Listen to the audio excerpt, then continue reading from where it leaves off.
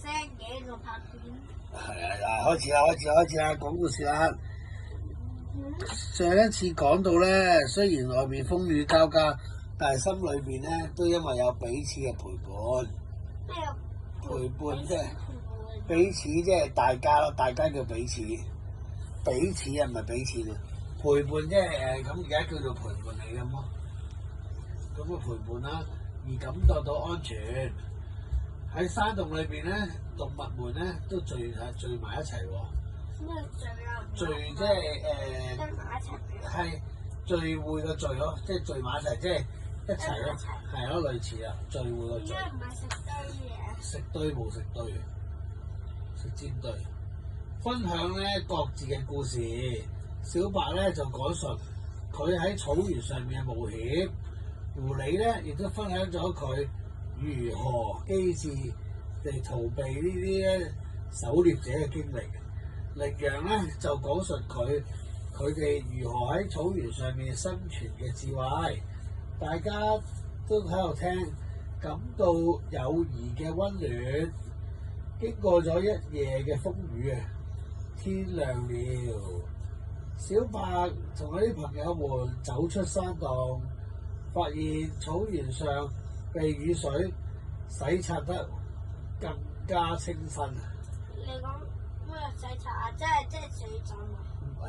雨水咯，同埋洗刷，即係咧洗刷係個意思，即係話清潔咁解。咁因為啲雨水沖啊、成啊，咁令到咧成個草原咧都好似洗刷過咁樣，更加靚、更加清新。因為草原冇人打你噶嘛，係咪？有啲塵有啲剩噶嘛，咁啊沖翻嚟去咯，即係洗過洗完地咁咯，好似。陽光咧就透過呢個雲層，照耀住大地，令到咧每一個動物都感覺到振奮啊！即係好興奮啊！大家一齊歡呼，慶祝風暴嘅結束。小白咧同佢啲朋友們咧見到草原上有啲地方因為暴風雨而變得凌亂，決定咧要一齊清理，大家分工合作。清理樹枝、修整草地，令到咧草原咧回復美麗。呢次嘅經歷令到佢哋明白到團結嘅力量。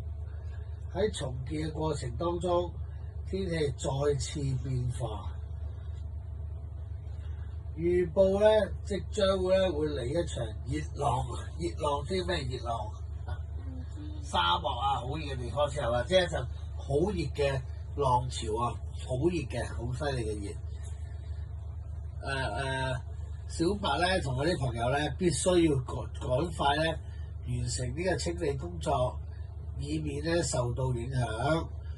佢哋咧決定喺早上同埋傍晚嘅時候工作，避開咗最炎熱嘅時段。隨住熱浪嘅到嚟，氣温嘅飆升，動物們感到不適，因為太凍同太熱都唔得嘅，會瓜㗎。小白咧帶領住啲朋友們尋找涼爽嘅避暑地，等到大家咧都能夠休息。小兔兔咧跳下跳，建議咧去揾一棵大樹，樹下邊咧有陰涼嘅地方。小白同佢啲朋友們揾到一棵大樹，坐喺樹下邊享受住涼爽嘅陰影，大家分享咗水同埋食物，互相鼓勵，令到彼此感受到友誼嘅溫暖。小白心目中感到因為佢哋喺度一齊度過呢段好艱難嘅時光。小白提醒大家要多飲水，注意防曬，保持健康係非常重要嘅。只有咁樣先能夠更好地面對接落嚟嘅挑戰。小藍咧就用咗歌聲為大家加油，令到每個人都，令到每個動物啊都保持愉快嘅心情。瞓咗啦，小寶貝又瞓咗啦。今日就講嚇，未瞓。我未瞓，唔好意思啊，繼續令到每隻動物咧都感到保持到愉快嘅心情。熱浪過後，氣温逐漸回落，小白同佢啲朋友們再次回到清理工作中。佢哋更加努力，因為知道重建嘅家園將會俾大家帶來更好嘅生活。每個動物咧都喺度努力為草原咧嘅未來貢獻力量。隨住呢個清理嘅工作嘅推進啊，啲動物們咧之間嘅關係咧變得更加緊密啦。大家互相幫忙，分享經驗，令到咧呢個社區咧充滿咗友愛嘅氣氛。小白啊，感到無比嘅欣慰，因為佢哋嘅團結令到草原變得更加嘅美好。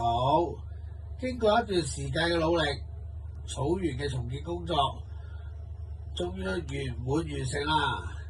小白同朋友們睇到大家嘅笑容，感到無比嘅自豪，因為佢哋共同創造咗一個更美好嘅家。呢次嘅經歷令到每個動物都明白到友誼嘅力量。好，小朋友真係瞓咗啦，就講到呢度先，聽日再講，拜拜。